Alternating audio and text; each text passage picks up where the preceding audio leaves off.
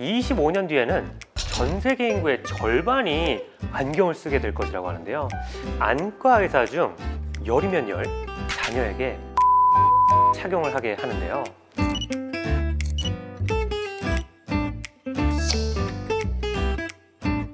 네, 안녕하세요. 당신의 눈에 힘이 되는 눈의 힘 안과 원장 백진학입니다. 여러분 그거 아세요? 미국의 한 연구 결과에 따르면 25년 뒤에는 전 세계 인구의 절반이 안경을 쓰게 될 것이라고 하는데요. 특히 2019년도 WHO 보고에 따르면 대한민국 대도시 거주 청소년들의 약 97%가 근시를 겪고 있는 것으로 발표하였습니다. 그만큼 청소년 근시 인구가 급격하게 증가하고 있다고 합니다. 아무래도 요즘 아이들은 유아기부터 디지털 기기에 노출되는 환경 속에서 자라나기 때문일 텐데요. 그래서 안과 의사라면 무조건 자녀에게 해주는 눈 관리법이 있습니다. 오늘 여러분께만 그 비법을 알려드릴게요.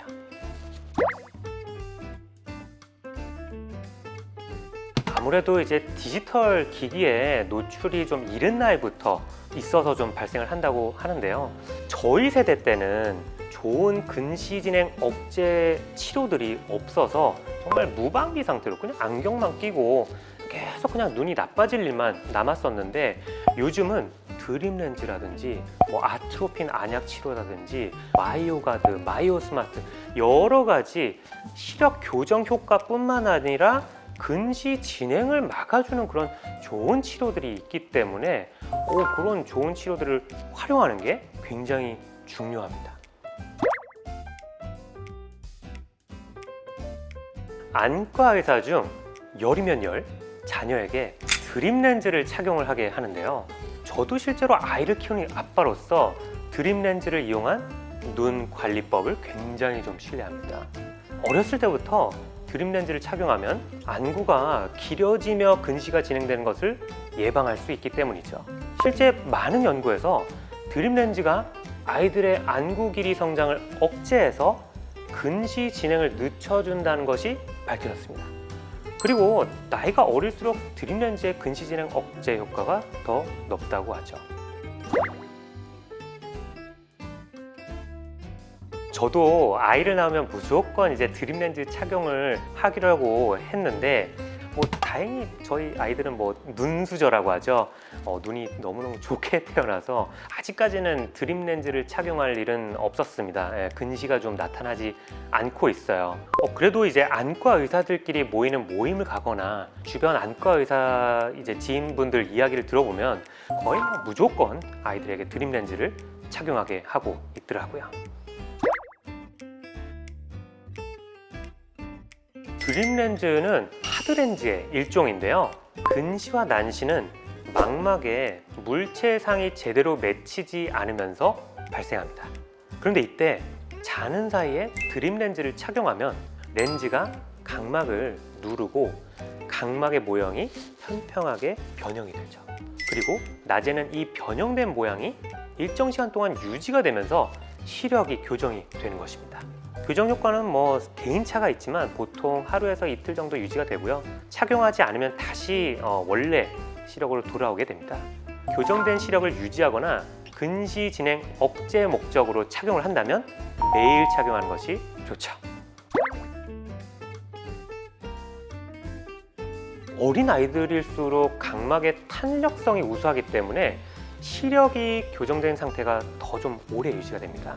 또 이미 고도근시로 진행된 아이들 같은 경우에는 드림 렌즈의 효과가 좀 떨어질 수 있어요. 그래서 눈이 더 나빠지기 전에 드림 렌즈를 시작하시는 것이 좋습니다. 이론적으로는 만 6세부터 착용이 가능하지만 드림 렌즈가 또 하드 렌즈이기 때문에 착용 후에 이물감이나 이런 것들이 발생할 수 있어서 너무 어린 아이들은 렌즈에 좀 거부감이 느껴질 수 있고 오히려 이제 안과에 트라우마가 생길 수 있어서 드림 렌즈 착용 나이는 정해진 거는 없는데 되도록 빠르면서 렌즈를 착용하는 것에 거부감이 느끼지 않을 정도, 한 7살에서 8살 정도가 가장 좋습니다.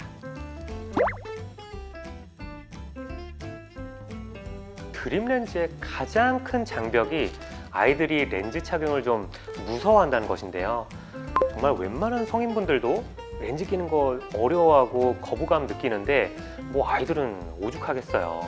제 주변 안과 의사인 지인들도 아이들이 처음에 렌즈 착용할 때 정말 애를 많이 썼다고 해요. 신경이 많이 쓰이는데, 그런데 이때 부모님들이 아이들을 막 다그치고 막 야 이거 얼마짜린데 이러기보다는 인내심을 갖고 천천히 적응을 잘 할 수 있도록 기다려 주셔야 됩니다.